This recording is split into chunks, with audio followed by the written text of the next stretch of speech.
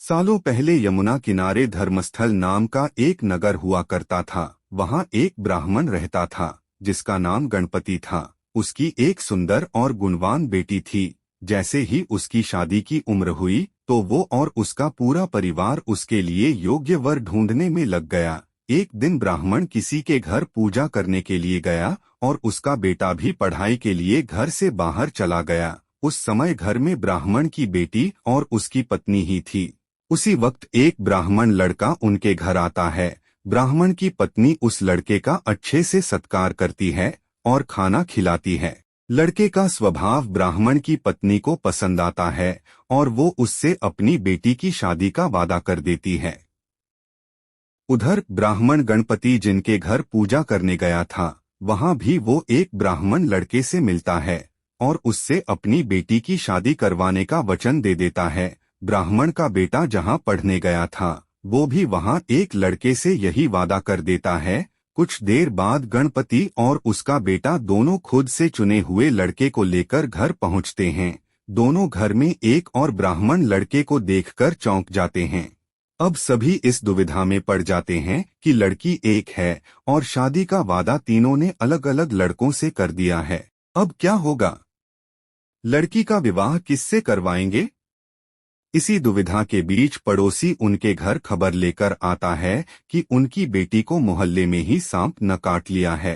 भागा भागा पूरा परिवार और तीनों ब्राह्मण लड़के लड़की के पास पहुंचते हैं, लेकिन तब तक लड़की की मौत हो जाती है।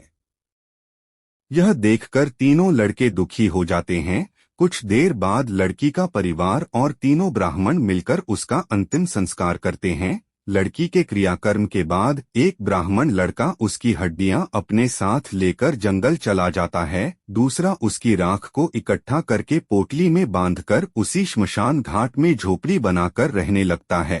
तीसरा श्मशान घाट से निकलकर लड़की के गम में देश देश योगी बनकर घूमने लगता है। ऐसा होते होते कई साल गुजर गए। एक दिन अचानक योगी बनकर घूम रहा ब्राह्मण किसी तांत्रिक के घर पहुंच गया। ब्राह्मण को घर में देखकर तांत्रिक खुश हुआ और उसका सत्कार किया। तांत्रिक ने योगी से कुछ दिन अपने घर में ही रहने के लिए कहा। तांत्रिक की जिद देखकर योगी उनके घर में ही रुक गया।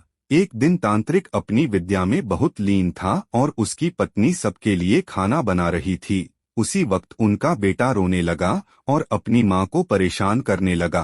तांत्रिक की पत्नी से उसे बहुत संभालने की कोशिश की, लेकिन वो नहीं माना। आखिर में तांत्रिक की पत्नी को इतना गुस्सा आया कि उसने अपने बच्चे की पिटाई कर दी। उसके बाद भी जब बच्चा चुप नहीं हुआ तो उसने उसे चूल्हे में डालकर जला दिया।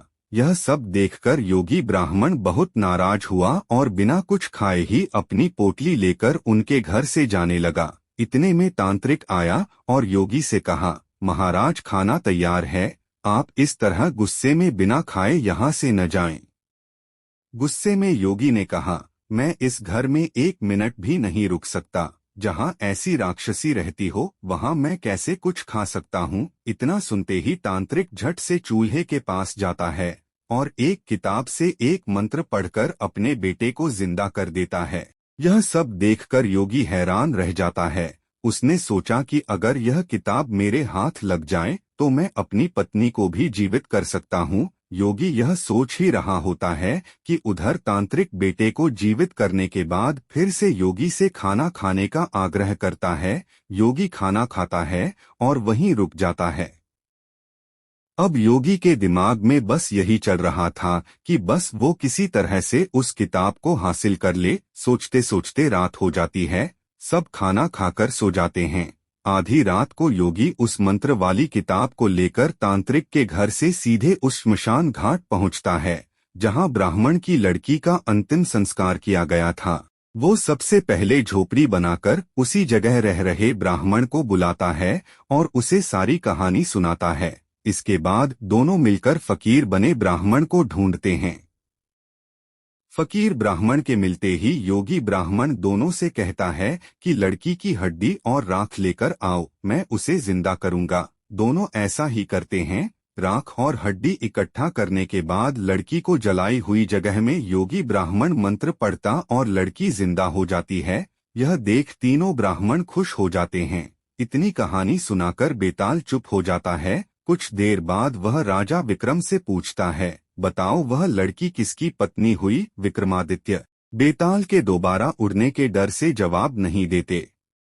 गुस्से में बेताल कहता है, देखो अगर तुम जवाब पता होते हुए भी नहीं दोगे तो मैं तुम्हारी गर्दन में काट दूंगा। जल्दी से जवाब दो। इतना सुनते ही राजा बोलते हैं, जो ब्राह्मण श्मशान में कुटिया बनाकर रह रहा था वो उसकी पत्नी हुई। बेताल पूछता है, कैसे? तब विक्रमादित्य जवाब देते हैं, जो हड्डी चुनकर फकीर बन गया वो उसका बेटा हुआ। जिसने तांत्रिक विद्या से उसे जीवित किया वो उसके पिता समान हुआ, और जो उसकी राख के साथ जीवन जी रहा था वो ही उसका पति हुआ। जवाब सुनते ही बेताल ने कहा, राजन तुमने बिल्कुल सही उत्तर दिया है, लेकिन शर्त के मुताबिक तुम्हें मुंह नहीं खोलना था, इसलिए मैं दोबारा उड़ रहा हूँ। इतना कहकर बेताल दोबारा घने जंगल के किसी पेड़ में जाकर लटक जाता है और राजा विक्रम उसे पकड़ने के लिए उसके पीछे भागने लगते हैं। कहानी से सीख: चतुराई और बुद्धि से बड़ी समस्या को हल किया जा सकता है।